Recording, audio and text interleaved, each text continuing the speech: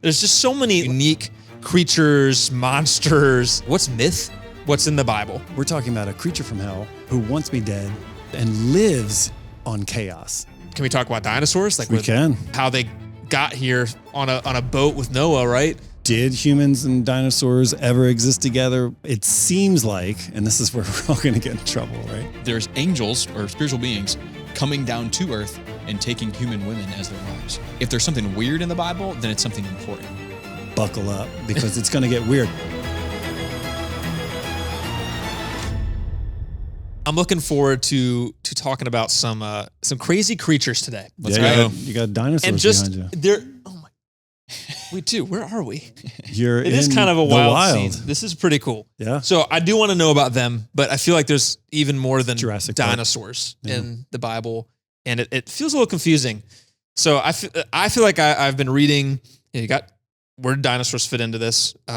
Giants, some Leviathan, Big old sea creatures. Loch Ness monster. Yeah. I don't know if that's in there, but Behemoth, Nessie. Nephilim. There's just so many like these unique creatures, monsters. Some of it feel like you read it, you're like, what's myth? What's in the Bible? Mm-hmm. And even some of the names start to kind of get mixed up. And so I'm be honest with you, I don't even know how to categorize this stuff. And so when we talk about creatures in the Bible, strange stuff in the Bible, how do we even think about this? Where do we even begin? So maybe help us dive in here. How do we start talking about those? 2 words: buckle up. Because it is a ride. I think we're all very influenced in our day and age by a very rationalist type of approach to scriptures, a much more enlightenment view of, well, like, no, this all makes sense. But you look below the surface on some of this stuff, it is a wild ride. Mm-hmm. Like, it is scary, the stuff that, everything you thought that you knew about the ancient world, about God and his interaction with ancient peoples. And it's not flannel graphs. It's not like, Sunday school, you got the little ark, be like little baby kangaroos, there's some weird stuff out there. So I don't have anything to say right off the bat. Just buckle up, because it's going to get weird. It's going to get weird in this episode, and then it's going to get weird next episode, even more so. Next episode, like snakes. I don't know. Dude, as I think about this, one of the ways to help you put the buckle on well is to avoid what C.S. Lewis used to call chronological snobbery, which is the idea that because we're going to talk about some old stuff. Yeah. The Bible's pretty old. It's ancient. Yeah. And I think we assume, I sometimes assume, because it's old, it probably doesn't hold up. Or like it's not true because it's so old, or they just didn't understand. You know what I mean? And there's certain things that maybe they didn't understand that we do now. Yeah. But just because it's an ancient revelation doesn't mean it's not true. Presentism. Yeah, exactly. Presentism would be what we're trying to avoid. My wife practices presentism with my music selection. How so? She doesn't like that I like 80s music. I have a lot of good, contemporary music I listen to, whatever. Contemporary music. Current music that I listen to. Yep. But I like, if I'm working in the garage or whatever, I like putting on 80s, whatever. She's like, oh my gosh, it's so old. And I'm like, why is that bad? So to your point, just because it's old, it doesn't mean it's bad. It just means you have to look at it a little bit differently and buckle up, because we're in for a wild ride. Yeah.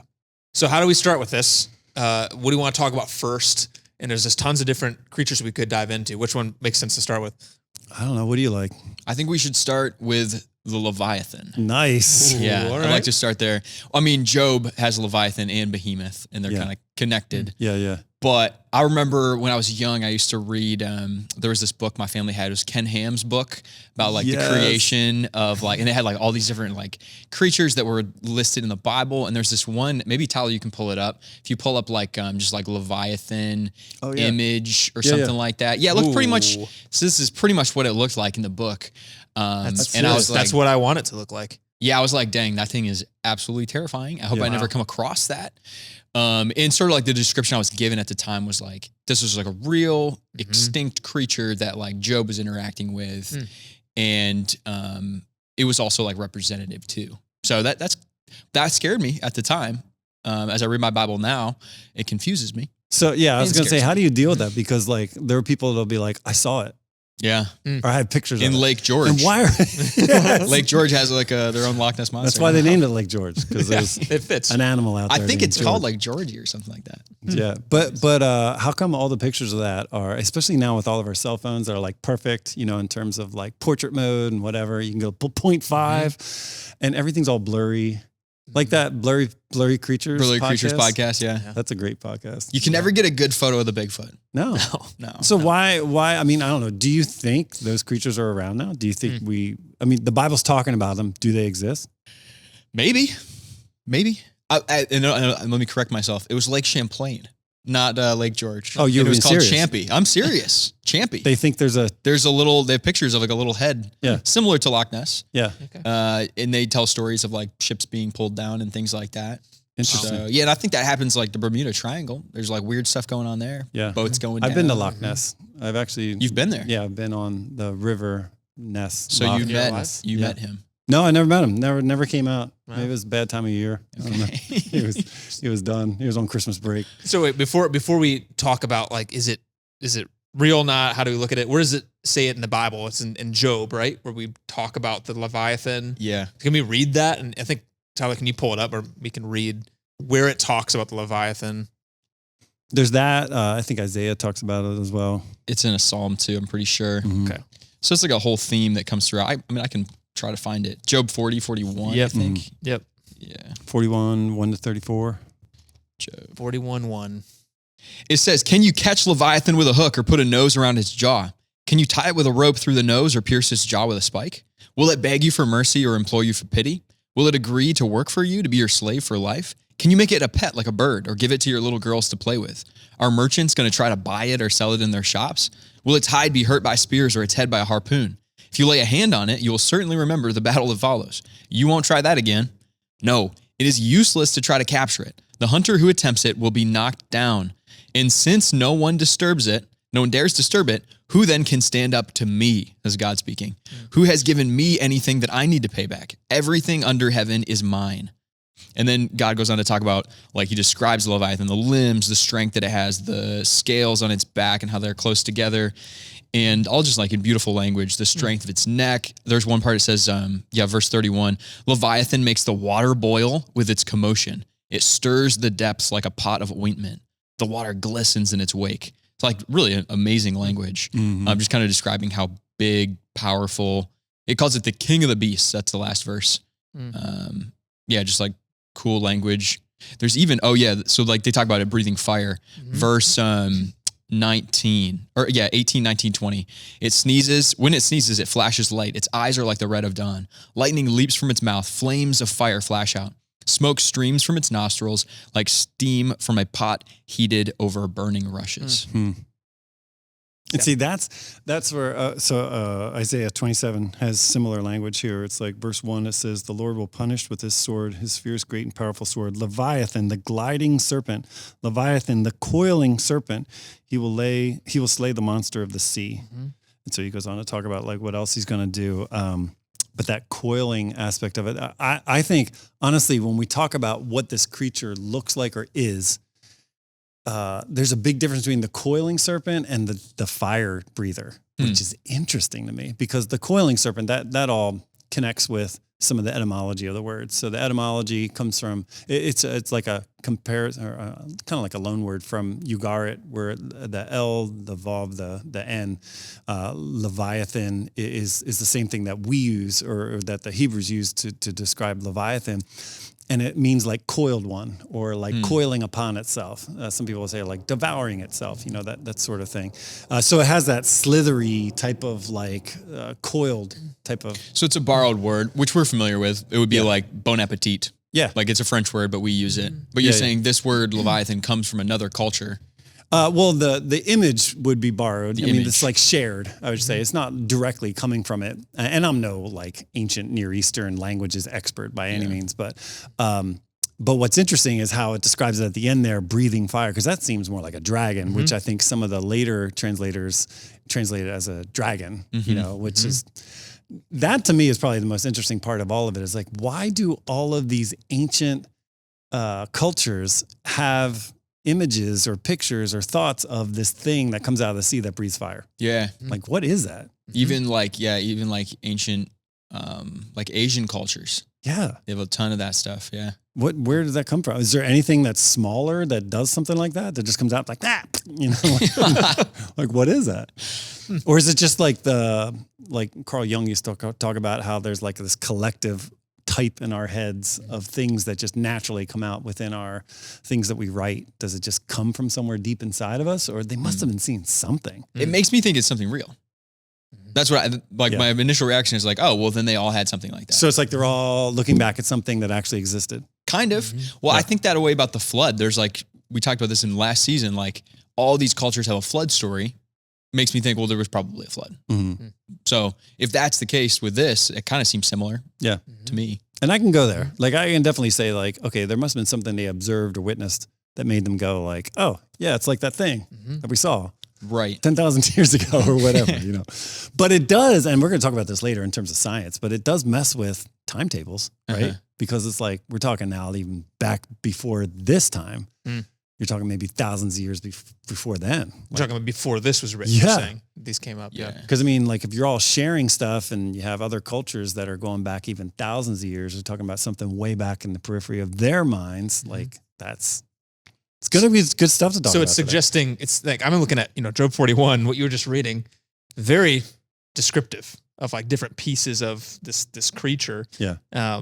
So it's kind of seems like we're suggesting it could be something they saw, something that was real, something that they were like actually recording that they had seen, or recording, pulling out their phone. So they were not that kind of recording. Put it on Snapchat. That would have been convenient. Pull out your scroll phone. It would have settled it if they could just record it. But something that they've seen, or something that they're pulling from what, like a tale, a myth, or something that someone has just had imagined at some point. Is that kind of our See, now that's the other thing that I don't know. It seems to make a whole lot more sense to me is that there's some of the surrounding cultures that the Jews found themselves in had all kinds of interesting stories, and they would have just by trading, by dealing with different people, walking through their area, whatever, they would have heard these different stories in the same way we hear different stories from the people up in Canada, the people down in Mexico that would come through our land, and we just share different ideas. Like all of a sudden now we know hockey because of Canada, but obviously oversimplified. But the idea is that there are these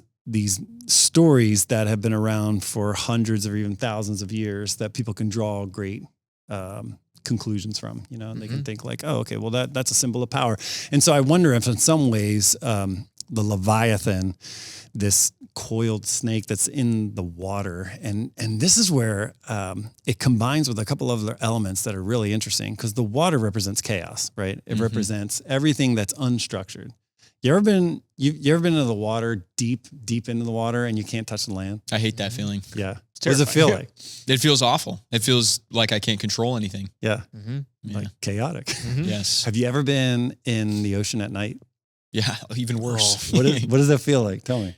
You feel very unsafe, very small. Like if we go on the East Coast, and you can already not see your feet after like 4 steps in the day. And so you go out there in the middle of the night. I mean, you get close to it, and it's ominous. Yeah. You're just looking out there. It's just like, dude, it feels like something's waiting for me to walk into that. And then water. to feel undertow. Yeah.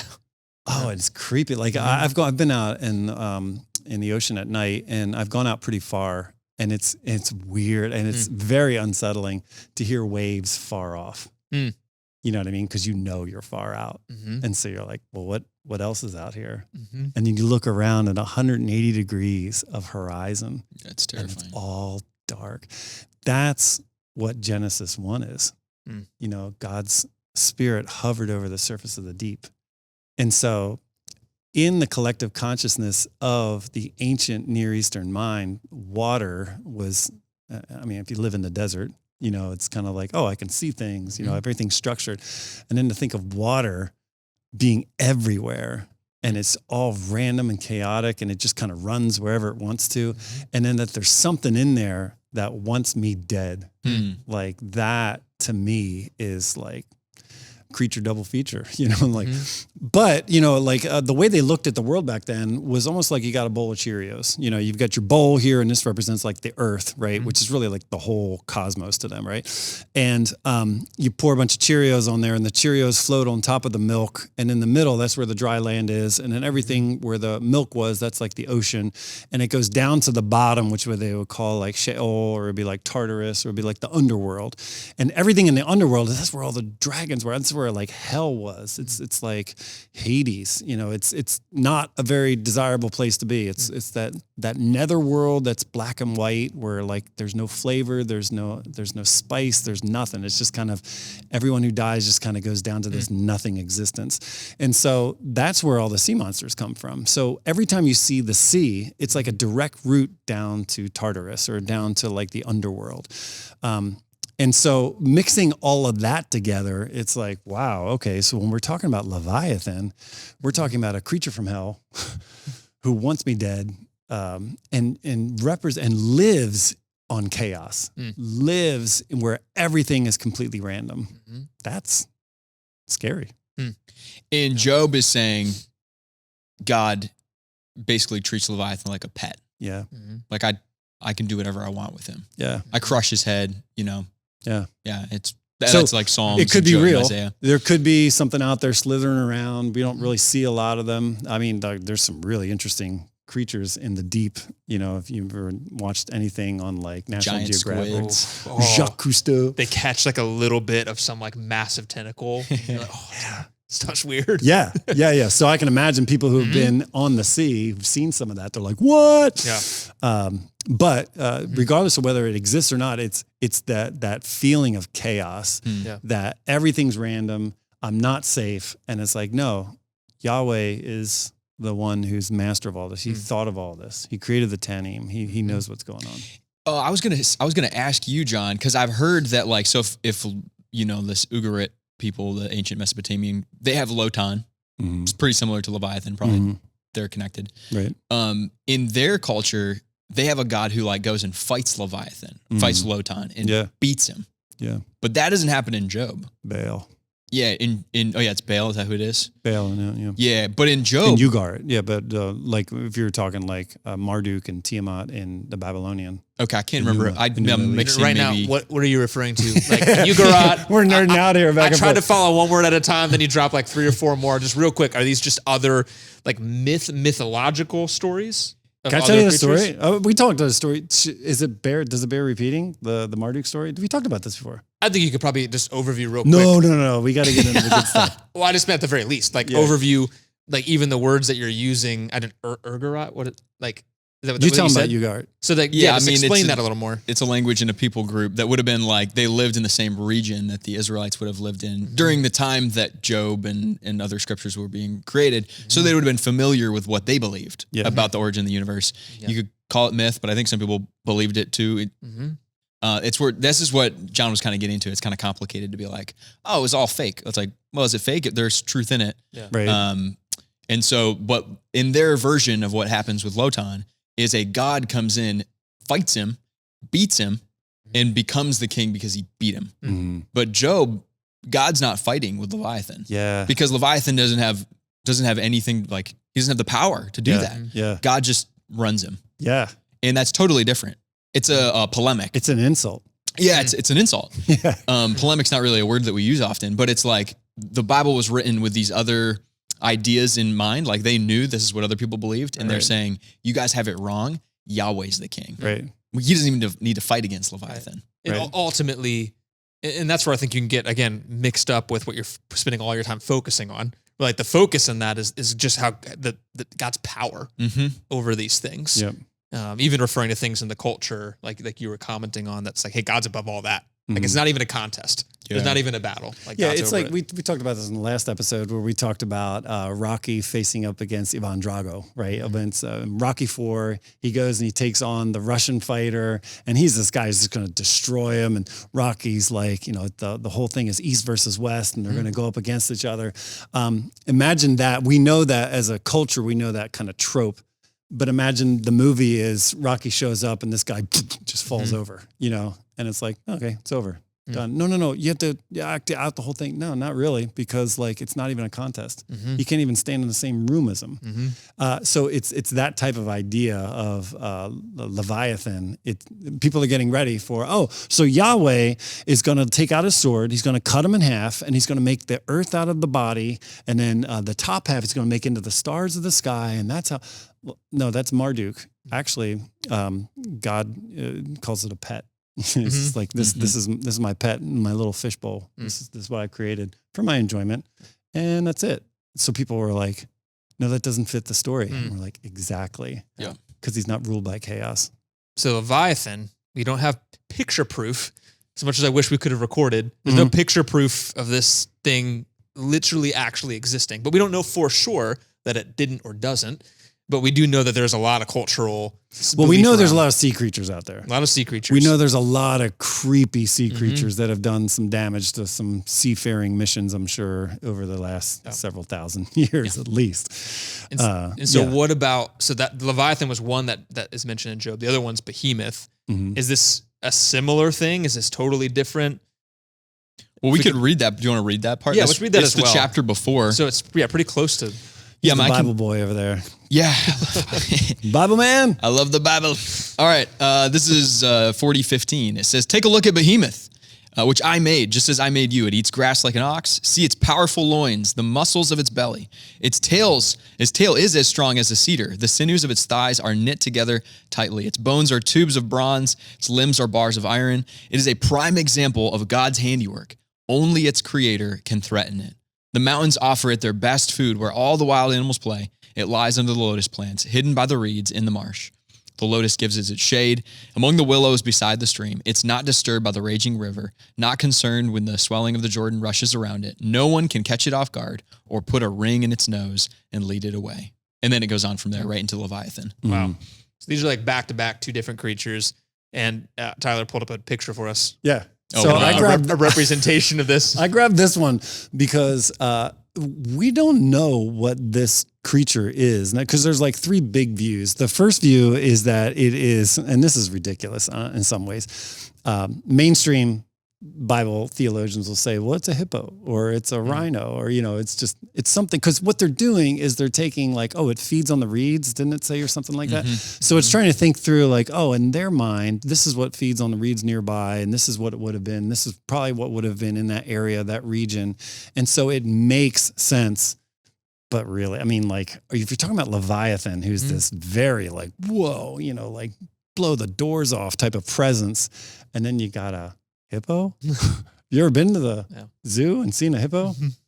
They're not very impressive. They're just sitting there going like, not like what's pictured here. That's for right. sure. And the tail's like this wide, like what are you talking about? I think the other thing is like more critical ancient Near Eastern scholars say that it is a hyperbole. It's just like a chaos monster. And so maybe something a little bit more like this, where it's just imagine the worst possible creature you could ever imagine. Yeah. And so that's more of what that is. But then, and he says in here that like talking about how he made it, like, which is just, it feels like it's such an emphasis on which I made just as I made you. And doesn't that lean more, feel even more obvious that like this was a real creature? Could be. Yeah. Because then the young earth creationists will say it's a sauropod, it's an actual dinosaur. Oh. So could be that as well.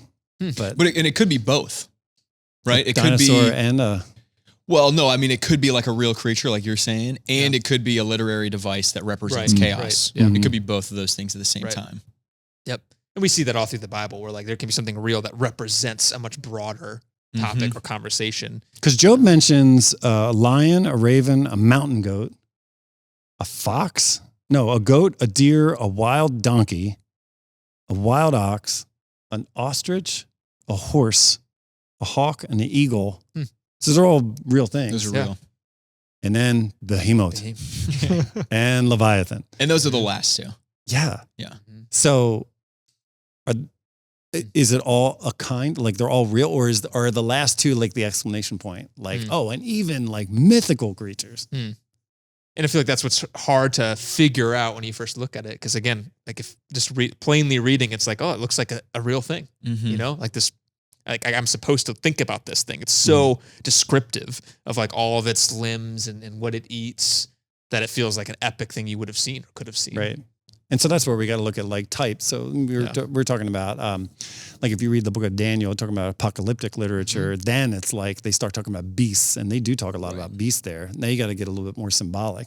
But what's Job? Is Job more of a historical, like this actually happened, or is Job more of just something? I'm not saying Job himself. I'm just saying at this point when God's going through this list of animals, is he talking about real stuff, or is there's like at the end, does he just kind of like throw in 2 extras that are over the top? Mm-hmm. And so those first 2, right? Leviathan, Behemoth, we don't have a lot other than that passage in Job. Is it mentioned anywhere else other than that passage in Job? Behemoth? I don't know. I'm not sure. Maybe. We could look it up. I mean, the Tyler, great creature, the great creature, sometimes like the land creature of Revelation. I mean, they'll talk about that. Sure. Like the beast. Well, that's interesting actually. Like when we talk about the Antichrist, these are like the reverse of that almost. Like you got a beast from the sea and a beast from the land. These are a beast from the sea and a beast from the land, except like those are like the bad version of these 2 creatures almost. Right. I've never actually thought about that before just now. Yeah. I don't see anything other than Job in there. I'm seeing Job. So yeah, so there's not much else about the Behemoth other than that to pull from. So what about, you mentioned that some people might think it was, or I can't remember who said it, that they thought it might have been a dinosaur. Yeah. Might have been I think what they had mentioned actually that. seen. Yeah. So can we talk about dinosaurs? Like We can. Like how do they fit in? You know, we have bones where we can see these bones of dinosaurs. We also have to somehow figure out how they got here on a boat with Noah, right? Or like, how does that all play together? And are dinosaurs mentioned in the Bible? Like, how do we? Every generation loves dinosaurs. You ever notice that?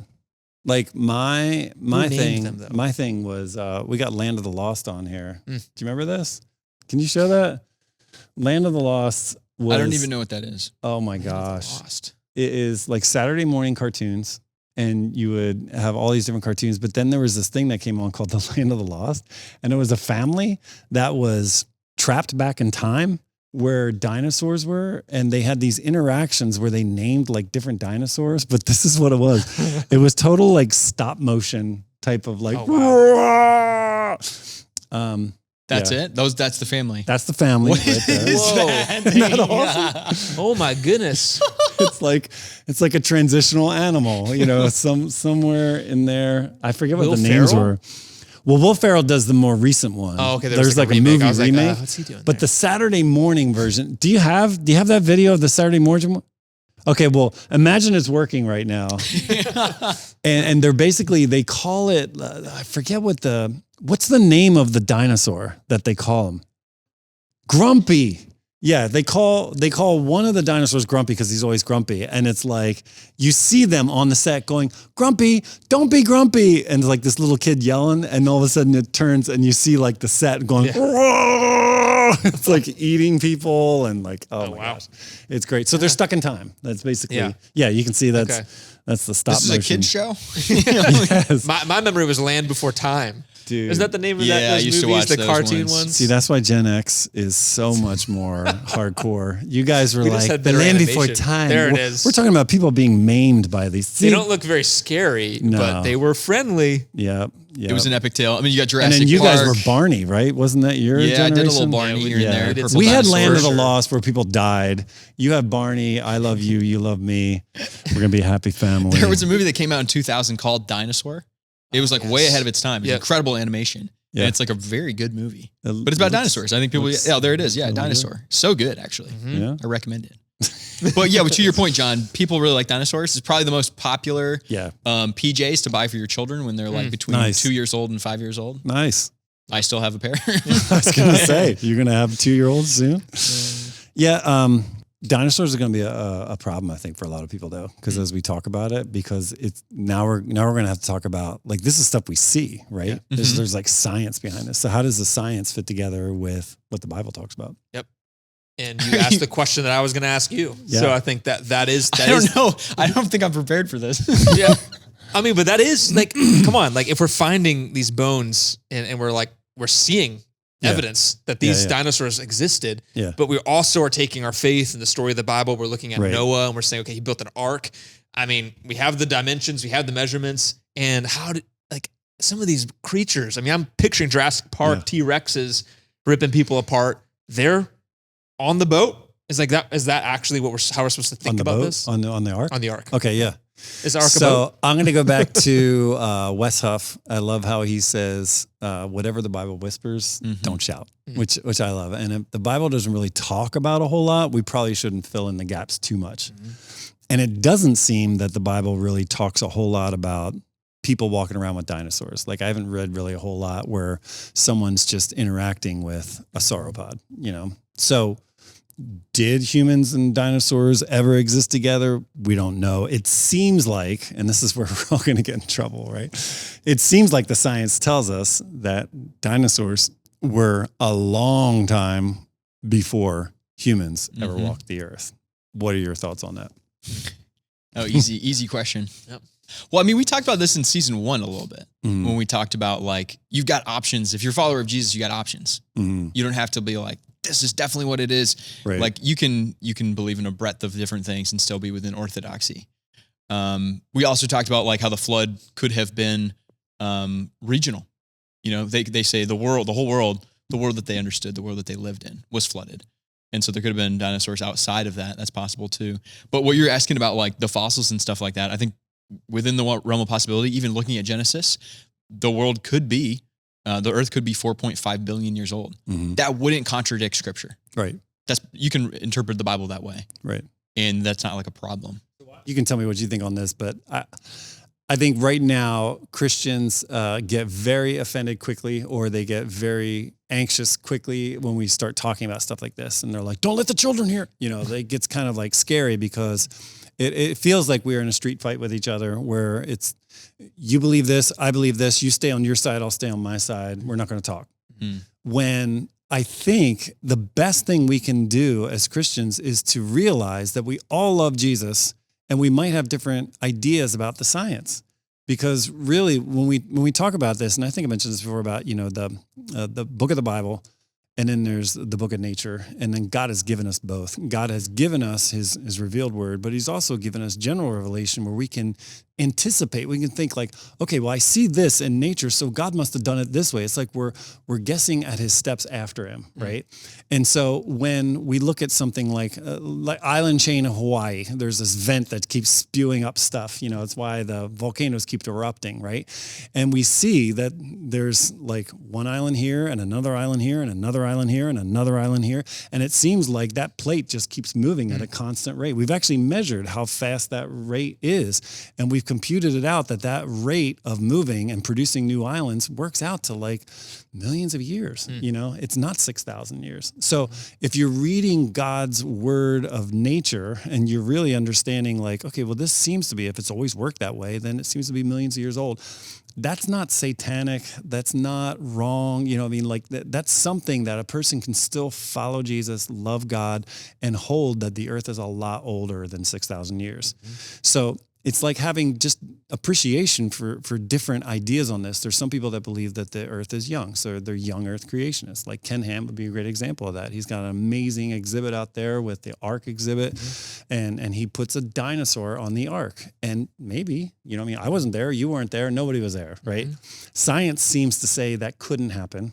But, that's where we got to wrestle with it. And so do you want to say, well, I'm going to ignore what I can see in terms of some of the evidence, and I'm going to more look at this and say, well, I'm going to follow what the Bible says on this? Or am I going to have some sort of intermediate position? So you can be a young earth person that says it's only 6,000 years old. You can be a person that's an old earth creationist, that God created the world, but it was like millions and millions of years ago. Or you can be somewhere in between, But I think the biggest thing we need to do with other Christians is to realize that just because you have a different view, it doesn't already mean that you're against me. That you're saying that I'm wrong, and everybody can exist. and I think in our culture today, it's very much you hear an issue and you instantly think like, whose side am I on? Yeah. Rather than thinking like, what do I think? And so I think we want to teach everybody that you can think on this. You don't have to know what to think, just to think. Yeah, and I think people get stuck too because I think we read the Bible like a 21st century person, not like an ancient person, when the original audience was ancient people. The Bible was written for us, but not to us. Like we weren't the original intended audience. And so I think then people get stuck because they're like, well, the Bible doesn't say that the earth is billions of years old. So if I believe that it is, then I'm disagreeing with the Bible. Right. But the Bible also doesn't say that the earth is 6,000 years old. Right. You know, this is just what you're reading into it from your 21st century perspective. You got genealogies in there. And so people are like, well, if you run the genealogies back, would an ancient person do that? Not necessarily. Genealogies aren't like an exact and they're not record exhaustive. in that way. And they're not exhaustive. Right. And so I think that's where we shoot ourselves in the foot, because we're like, if I wrote Genesis 1, this is what it would have meant to me. Each day is actually a day because I live in America in 2026. And what you're saying is really salient, because it's like the Bible never says, you know, Methuselah went out one day and bumped into a dinosaur. You know, like if he did, then we have something to say. Then it's like, well, the Bible says that humans and dinosaurs were at the same time. Yep. But it doesn't. I think the work we got to do is we got to build a bridge from our culture to theirs. Like what's true here now and know what was true there and then understand the Bible in that context. When we don't do that, that's when we mess everything up, because we're like, well, then we're basically like playing God. If I were God and I inspired the Bible, this is what it would have meant to me. And so, see, the whole problem with this, sorry, I just wanted to throw this out, is that with the advent of AI and with all of these kind of doctored things that really look like evidence for something. I know somebody had turned in some evidence maybe last year or two, it might have been longer, but where they said they found dinosaur bones that had soft tissue. And there's no way you can have soft tissue in dinosaur bones if they're 65 million years old. It would have had to have been only thousands of years. And then, you know, when they looked further into it, they found that like, well, it really wasn't soft tissue. This was something completely different. And so you might see something and think like, man, that's really convincing. And that's where we have to practice discernment, especially as believers, because a lot of times what we want to do is we want to justify a particular way we read the Bible. And we think, if I don't justify it this way that I read the Bible, then I can't believe it. Is that really faith? Do I just trust God, put my faith in Jesus, regardless of the scientific data I'm reading? Or am I arguing for a particular worldview? And Christians are big on worldview, but it's like, am I embracing the worldview or embracing the word?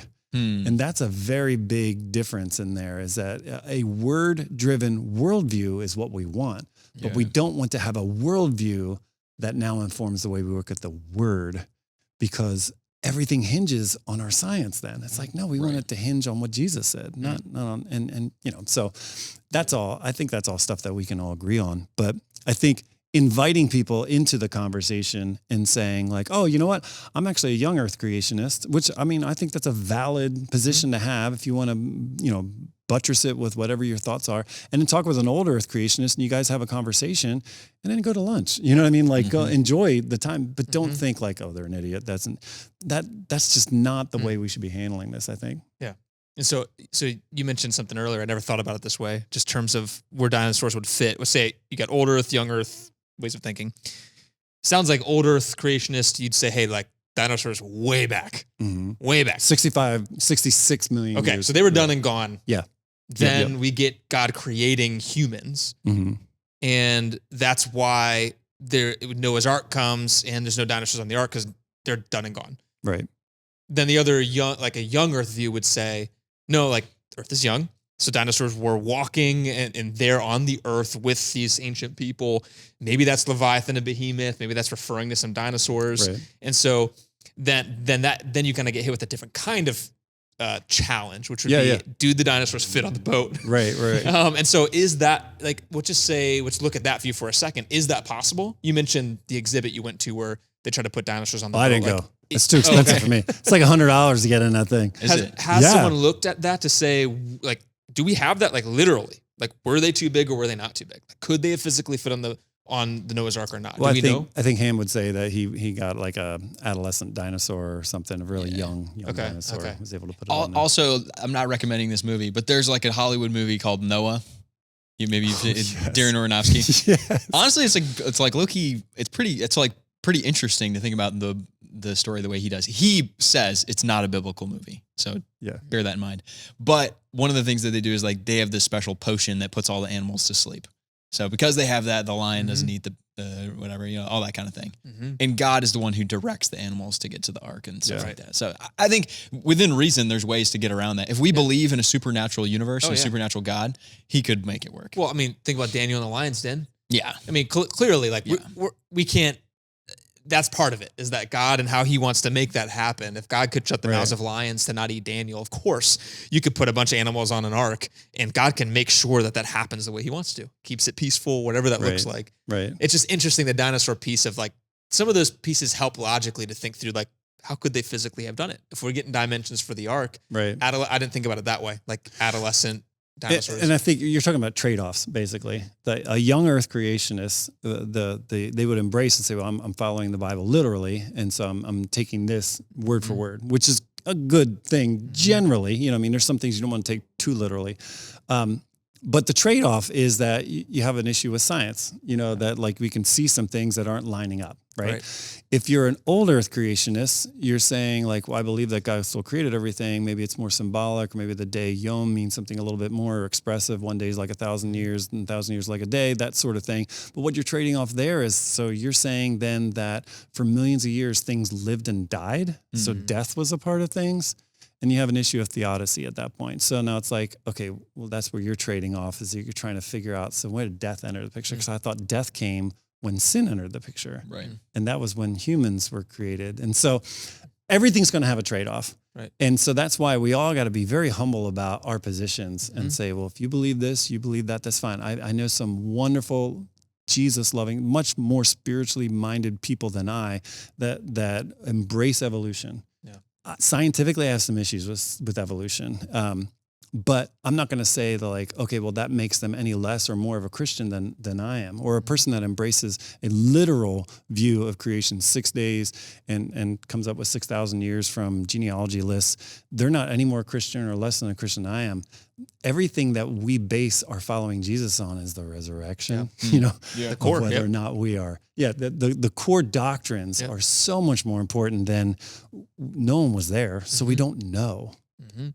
Yeah, I think it's good. And I want to get on to like the next thing, but the last piece of this then is it seems like there's not anywhere else in the Bible that is talking about dinosaurs other than the potential of Behemoth and Leviathan. Were those considered dinosaurs? Yeah, is that right? Potentially, yeah. Or like we talked about the symbol of the dragon in Revelation. That'd be another example of like, depends on how you choose to interpret it. How to Train Your Dragon. You ever see that? Yeah. That's a good movie. That's a great movie. Great movies. Yeah, that would be very fun. That would be wild to just see things like flying around, breathing out fire. Yes. Like, what? But it's also different. We're not seeing dinosaurs referenced in the way that like Jesus casting out demons into the pigs. Pigs just referenced as things that were roaming around. Yeah. It's like this is different. Yeah. Right. So that we're hitting kind of creatures. We got sea, land, dinosaurs. We didn't mention Ziz. Ziz is another one. What's Ziz? It's the air creatures. So you got Leviathan, you got Behemoth, and then you got Ziz. Ziz was like an air type of creature. So they had pretty much in every domain, there was some sort of like wild creature. It was like, whoa, And so That's in the Bible? No, it's you got it. Oh, okay. Yeah. I was going to say. Ziz. Ziz. This is a great name. The Zizzer Zazzer Zuz. So outside of like creature, this is kind of breaching a little bit outside of creatures, I guess, would just be like giants. And so the Bible has the word giants in there several times. And maybe we can find some of those verses and pull them up. Shaq Fu. So when the Bible's talking about giants, Goliath is the most popular giant story in the Bible. And here's this huge guy. Like, is this a giant? Like I'm picturing Lord of the Rings, some kind of massive, huge troll creature. Like, is that what I'm supposed to be picturing? Shaq. Or is this just like, they were big? You guys never heard of Shaq Fu? Shaq Fu? Shaq Fu. Shaquille O'Neal? Shaquille O'Neal? Shaquille O'Neal. Definitely where I thought you were going. There's this movie. It's like he's Shaq like Fu. Kung Fu Shaq. It's like a Kung Fu giant. I have seen How tall is Shaquille O'Neal? 7'1" or 7'2". Whoa, you one of the two. knew. I'm a big basketball fan. Yeah. Was there anybody? There's Yao Ming, right? Yeah, Wasn't 7'6". 7'6". There's a guy in the NBA now. Well, he's going to be in the NBA. He's 7'9". Wow. He's in college right now. Wow. Holy cow. Oliver Ryu. So would we call him a giant? Yeah. Pretty much. Compared to me, yeah. Yeah. He's a giant. So where do we see, maybe let's pull up a couple of verses. Tyler's got some verses up for us, where we actually see giants show up and maybe see what they're referring to. So we got Goliath in 1 Samuel 17. described Goliath as over 9 feet tall. Deuteronomy 3:11, someone's bed being over 13 feet long. Mm-hmm. So should we consider these to be some kind of like not fully I like human how we giant talked about things? this. So we talked about sea creatures, right? Yeah. And then we talked about the land creatures, and we even talked about like dinosaurs. And we're starting to get into like, okay, so the dinosaurs seem to group into like, we actually have fossil evidence of them, right? Mm-hmm. Giants, when we talk about giants, you kind of break them into a couple different categories because there's actually really tall people, right? That we can see that were giant. And so like what constitutes a giant? Well, I would imagine super duper tall people. Like Goliath was a real person. It wasn't like, Lotan or some sort of like Tiamat or Apsu or any of these gods or goddesses.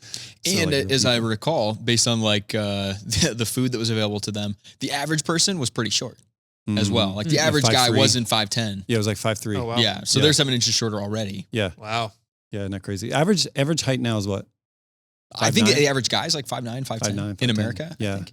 Yeah. Bunch of guys out there like, yes. Yeah, I made it, baby. I'm average. By 1 inch. But what you're getting at is sort of like a giant. There are like multiple kinds of giants, and a giant to a 5'3" guy could have been a guy who's the size of Shaq. Oh, yeah. Right. Yeah. That's a possibility. And so for example, Numbers 13:33, it says, "Hey, we even saw giants there, the descendants of Enoch." Pronounce that. Anakim. Thank you. Anakim. Next to them, we felt like grasshoppers, and that's what they thought too. Mm-hmm. So there's an example where like It's Oriental hyperbole for sure. Yeah. so Yeah. we felt so small, and it seems like Right. I don't know what constitutes like a mythical giant versus just someone who's super tall. But is that kind of what we're dealing with here? Is it's like they so just I seem think the real Old big? Testament breaks it down into like different subgroups. So I have like the Rephaim, and every time you say "im," it just is like it means a plural. It's like a masculine plural for a particular word. So the Rephaim are like the tall people, and they're broken down into you got like the Anakim. The Anakim, when it talks about the Anakim being, was that the one that they were referring to when they went and scouted out the land, or was it the Rephaim? Yeah, Anakim. Was it the That's Anakim? Joshua, right? Am I right about that? I think so. Yeah. So it's funny because even Egyptian texts refer to the Anakim. So we know that it's extra biblical. These aren't just like things that were made up. So they're very, very tall people. And Goliath was from Gath. And I think Gath was under that whole mantle of the Anakim, just super duper tall people. And so the Masoretic text has him as like 9 feet tall. And I think the Septuagint lists him as 6'9". Is it 6'9"? 6'6", I think. Well, what's the difference between the Masoretic text and the Septuagint?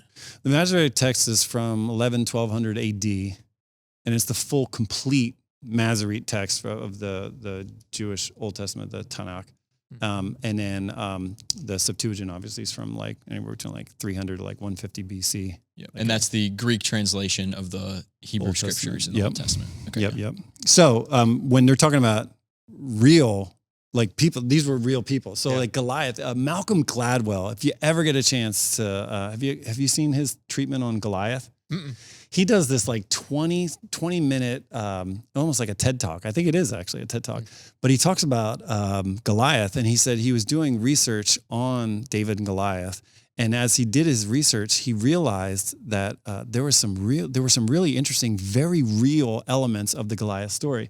So Goliath, being giant, probably about 7 feet tall, 6'9", 7 feet tall, according to the Septuagint, it says that he wore all this like heavy armor and everything, but that he was led down to the place where he was supposed to battle.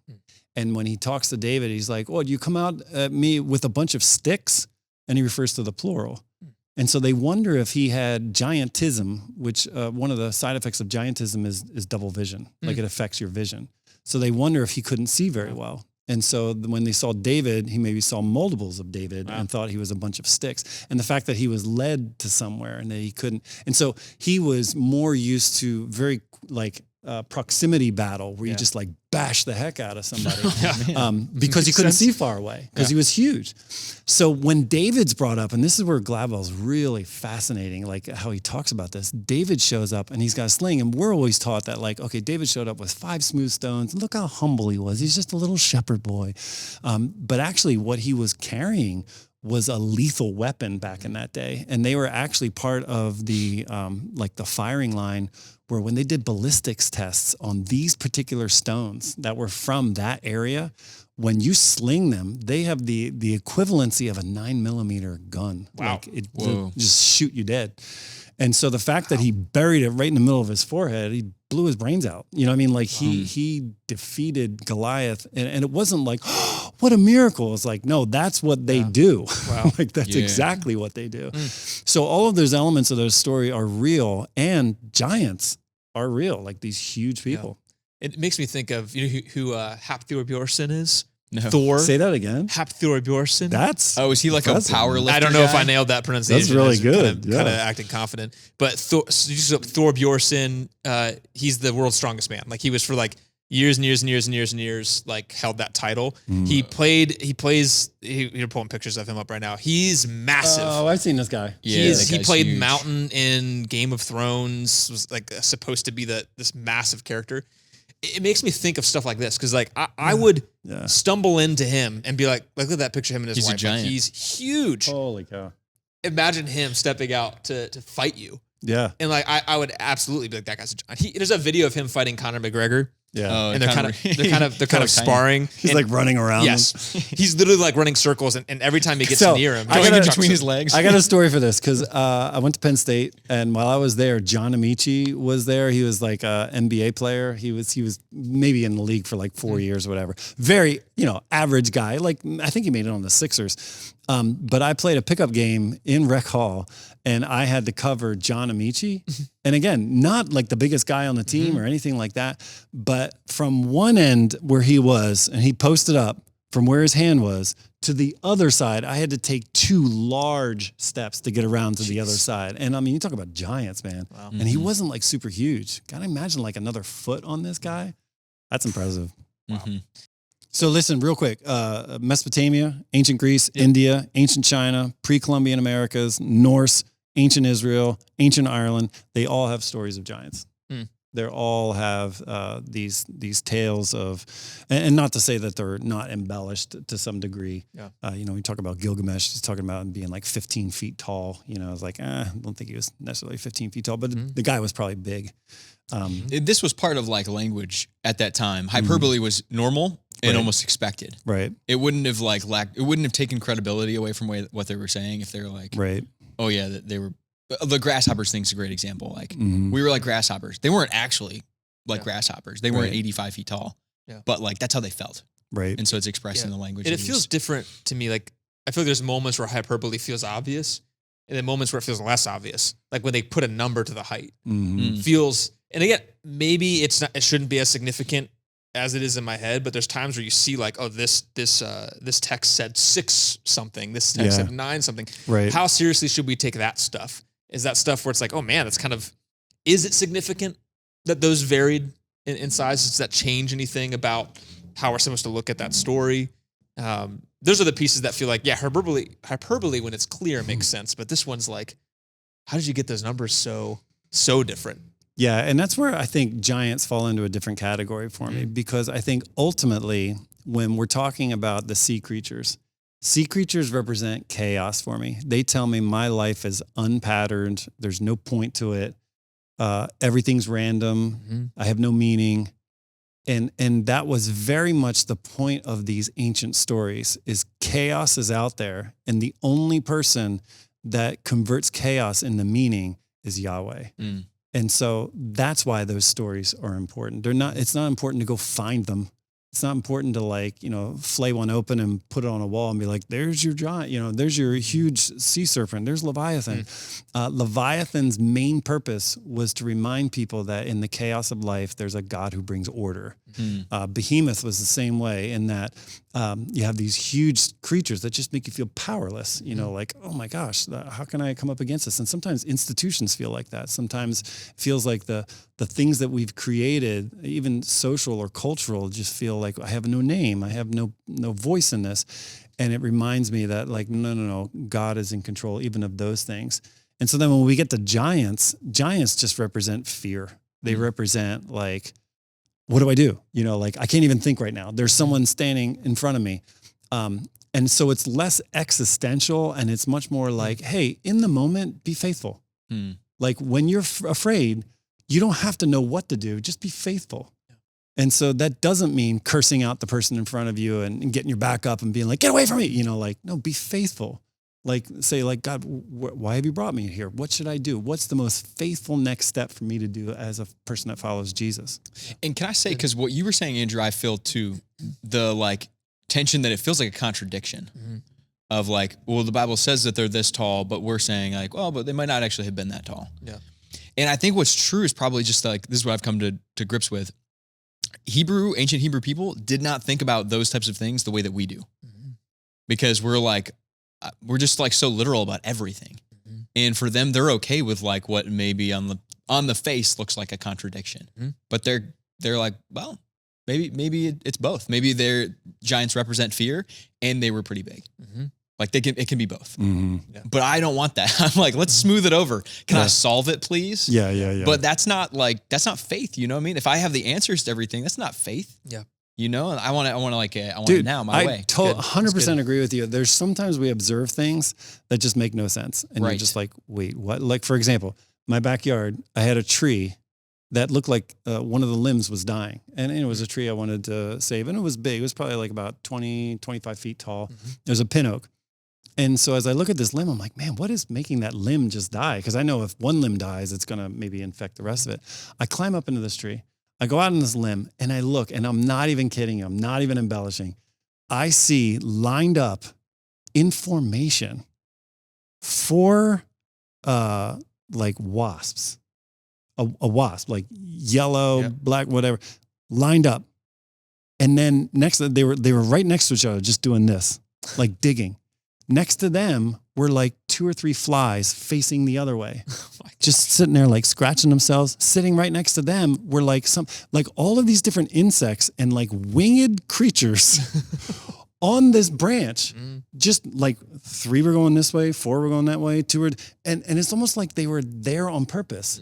And I just sat there. I'm like, am I seeing this? Is this real? Is this like the apocalypse? Like what's going on? Noah's Ark. That is weird. It was so weird. Like, and I have no explanation. And I've talked to people before, I've talked to people that are like experts at tree care, whatever. I'm like, you ever see anything like that? They're like, no. Like, that's really weird. And I was like, yeah. And I was standing there and like, I put my finger near them. They ignored me completely.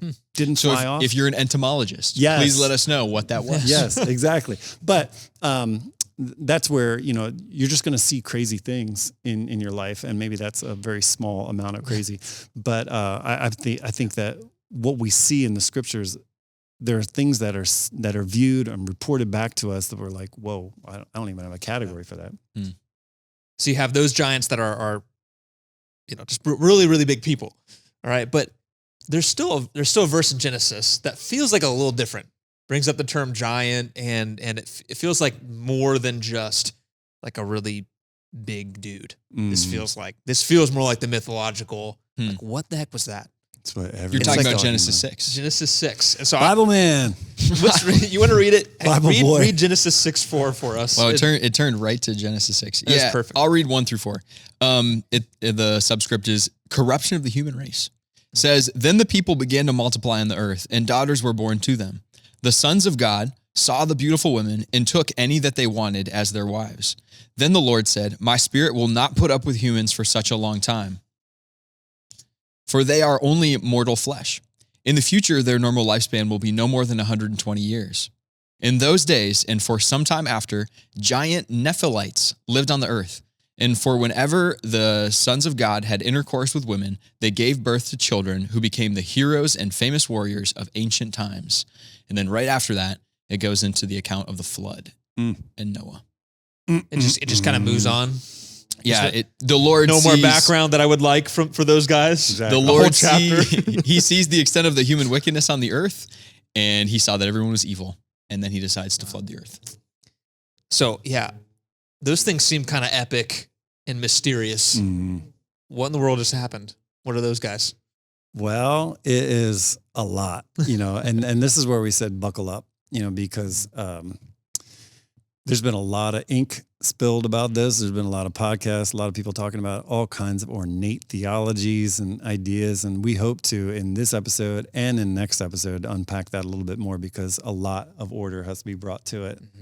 And some of it, I think it's probably important now just to lay out a little bit of the groundwork of even what we're talking about.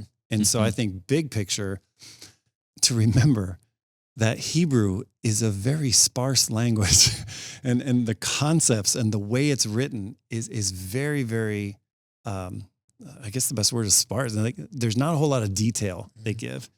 And in the Old Testament specifically, there are places that will mention something and then just move on and leave gaps. What we want to do in our day is we want to fill in all the gaps. We want to supply the previous story that sets up all that, when that's not the point of the story. It's not exhaustive. It's meant to inspire mystery. Paul says, I was caught up to third heaven. And what does he say? He's like, and I was not allowed to report back what I saw. Well, then why even mention it?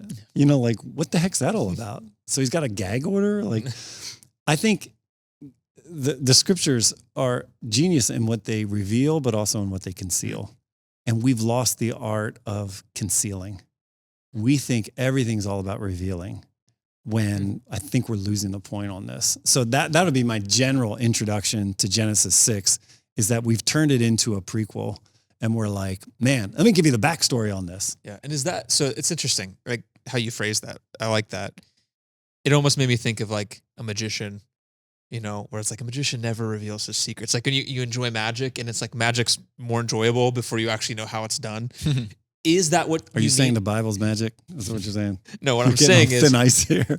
When Harry Potter? No, not that kind of magic, but Dumbledore. The whole idea of Dumbledore, yes. Yeah. So you think about now I've lost my train of thought totally. What am I trying to say? But you're saying No, I'm asking because you said, hey, we lost the art of concealing. Yes. And I think what I'm asking is, are you talking about like a magician when he's like, no. Like, let this stay concealed because that's part of like the mystery and the wonder and the awestruck? Or is there a different reason that Paul would say, I can't talk about this. This has to stay concealed? It's the same reason when, Jesus, they're like, hey, so who will marry this person in heaven? And he goes, oh, well, they're like the angels in heaven. They're neither married or given in marriage. That's all he says, which really ticks off a lot of married people. They're like, wait, so I'm not going to be married to you anymore? What does that mean? But there's not an ounce extra on that topic. So the point being in all of that is that we don't just let it sit and appreciate it sitting. And maybe that's stuff we can't know. So I'm prefacing all this. We haven't even talked about it yet, but we should probably unpack it a little bit. Like when we talk about the Nephilites or the Nephilim, a lot of people have talked about it so far. So what have they said? Yeah, I can lay out a couple of options because I find this stuff fascinating. I'm like really interested in it. And I think a lot of people are. It's like a pet project. I feel like there's people who know stuff about this chunk of verses that know nothing about Jesus. they're like obsessed with this stuff in the book of Enoch because it's like kind of connected. Yeah. It's so much more interesting.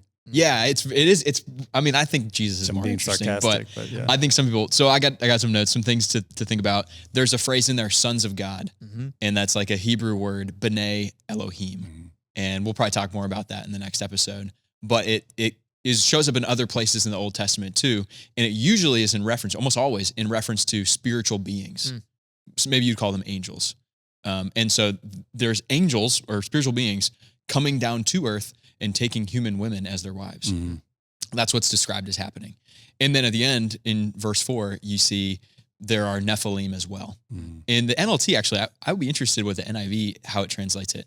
But the NLT like made it very clear that like, oh, the children of this intermarried people group are the Nephilim. But I don't know if it's really that clear in other translations or in the Hebrew. I thought that was interesting. But yeah, what's verse 4 in the NIV? When human beings began to increase in number on the earth, and the daughters were born to them, the sons of God saw that the daughters of humans were beautiful, and they married any of them that they chose. Then the Lord said, "My spirit will not contend with humans forever. If they are mortal, their days will be 120 years." Yeah, so maybe not. Oh, I'm sorry. Did I get the right one? Verse 4. You're like, everything you asked for You gave is some the opposite extra of what I just preamble, did. and then you stopped right before what we wanted. Thus endeth the word of the Lord.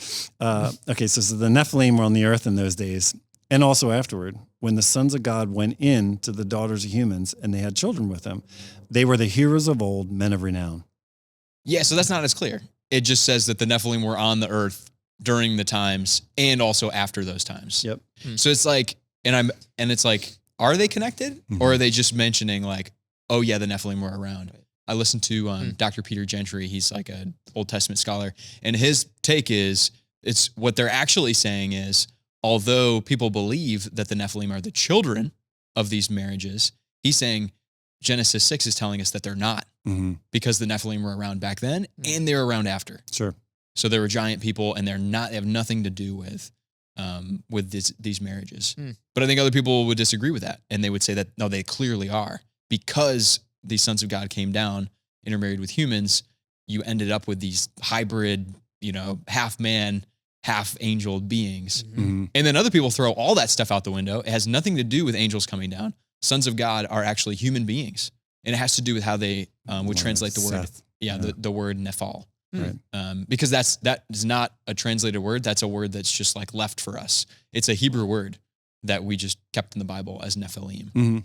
Yeah, because we didn't know what to do with it. Exactly. Which I would agree with that. So again, just to summarize, you got Genesis chapter 6. There's these, tell me if I'm getting this right. You got these sons of God that went in and chose to have wives with just mortal women.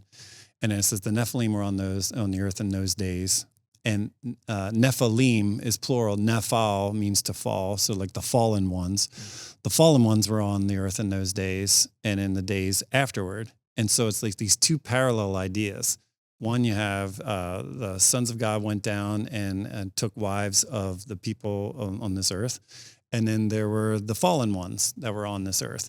So it really is, the most accurate reading would be the fallen ones. It wouldn't be the giants. Why we tend to read giants into that is because when the Septuagint, when they were doing their translation of it, they understood to say the fallen ones, they took it of men of renown was equivalent to like their Gilgamesh or their Hercules.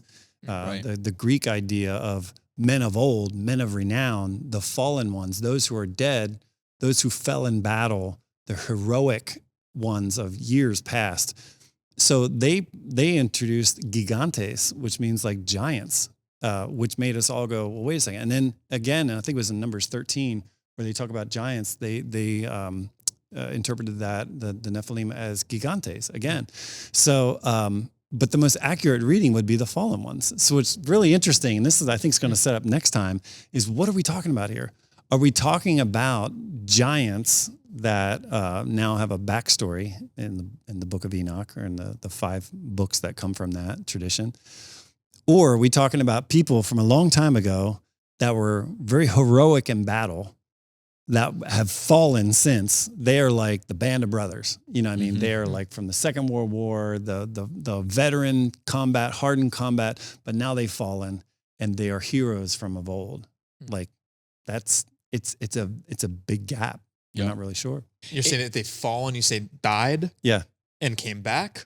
Well, no. They've fallen. And then now because of them having this like heroic stature, what's attributed to them is that, so this city came up from that particular hero, that city came up from that. And so these men of renown have places associated with them that are like, okay, well, yeah, I see that.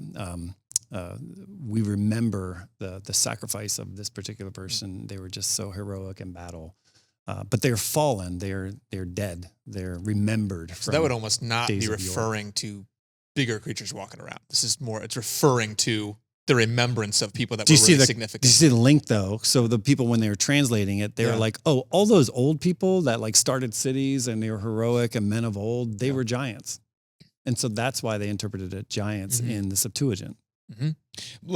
Can I push back on it though? Because I think this will set us up for next episode. Yeah. If you're talking to someone like Dr. Michael Heiser, Yeah. he would look at that and he would say, you got to read this the way that an ancient Hebrew would read it. Yep. And in Second Temple Judaism, the prominent interpretation would have been what the book of Enoch says, which is that fallen ones are fallen angels. Yep. And their children are like some hybrid spiritual being. And that's a big deal because it unfurls into the whole spiritual realm. Yep. And he would always say, like, if there's something weird in the Bible, then it's something important. And there's only 4 verses on it because it was part of a larger background that other people would have been familiar with. And so that's kind of the way he thinks about it. And it actually is the reason for the flood. And it ties to a bunch of other things like why are there giants later on in the Bible? Because of these verses. And real quick, you referenced Book of Enoch. Oh yeah. So what's that? Is it part of the Bible, not part of the Yeah, Bible? that's good. Yeah, make sure we catch like, I have not read the Book of Enoch. So Oh, why come do people on. read it, and why is it not in the Bible? Well, it's a Second Temple Jewish writing. It was written around like 200 BC, as far as we know. And it's, John mentioned this earlier, I think. It's sort of like, gives you a background on the Genesis 6 story. What some people would say, though, is that the knowledge, the oral history from that book was already known even when Genesis 6 was compiled. But it gets filled out. Who wrote it? I don't know. Yeah, it's see? pseudepigraphal, meaning it's not Enoch who wrote it, but it's the Right. story of Enoch. There's also like 3 parts to the book of Enoch, and then there's 2 more books of Enoch, and they're written in the ADs, so they're separate, different than the first book of Enoch. Yeah. It's not in the Bible because, mainly because of the author and also the late write date. I think those are some of the main reasons. And so people are using it as extra biblical references to say, hey, could this inform us more on what's going on in Genesis 6? Correct. It's quoted in the New Testament, so they were aware of it. Whether or not that means they thought it was authoritative or not is what people debate. Right. So, And the time in which it's written, if you're talking 200 BC, and the time in which the tradition comes down from Moses, I mean, you're talking huge amounts of time. So the equivalent for me, at least, and we're going to talk about this more next time, but it's like saying, well, we're going to understand the Gospels better by reading the Gospel of Thomas. And it's like, why? Gospel of Thomas is a forgery. We know that it wasn't written by Thomas. And Enoch, it wasn't written by Enoch. Why are we listening to this? except that the Gospel of Thomas isn't quoted by Jude and Peter. Yes. Right. So That's where folklore. that's where I get caught up. Is As like folklore, right. Is Jude saying, because he seems to be supporting what the book of Enoch says about these angels in Genesis 6, because he's supporting that, does that mean he believed the Nephilim were definitely See how good this children is of angels? So I'm pause there because it's gonna get so good next episode. We haven't even gotten into Seraphim. No. We're The gonna dive cherubim. into some of that stuff. Buckle up. So yeah, like this is kind of just breaching in to the Nephilim and just setting the groundwork. And then next episode, we're going into we talked about some of the biblical creatures. This is, I guess you'd call more spiritual creatures, demons, angels. How do they play into this? How does this relate to the Nephilim? All that stuff. Adam's going to do an exorcism. It's going to be cool. Special edition. It's going to be so cool. So don't miss that. Don't miss Who that you bringing? one. We're going to dive more into all that stuff. But thank you again, just your guys' thoughts on all this stuff and what you're sharing about it. But man, there are a lot of weird stuff, a lot of weird creatures that we can pull out of the Bible. But yeah, I can't wait for next week and we dive into the spiritual creatures. Sounds good. There are demons that have power over geographical areas. What can demons do? Are they real? What do they look like? Demons can possess things. Demons can enter into people and cause horrible mental distress. I trust Jesus. I'm a believer. Can I be possessed by a demon? The word possession isn't even in the Bible. Where do the angels come from? How were they created? When did this happen? The more you look into what a seraphim is or a cherubim, it's spooky. Yeah. A seraphim, it's a snake. Is this suggesting more spiritual creatures than just angels and demons? It's a small amount of information and it's shrouded in mystery.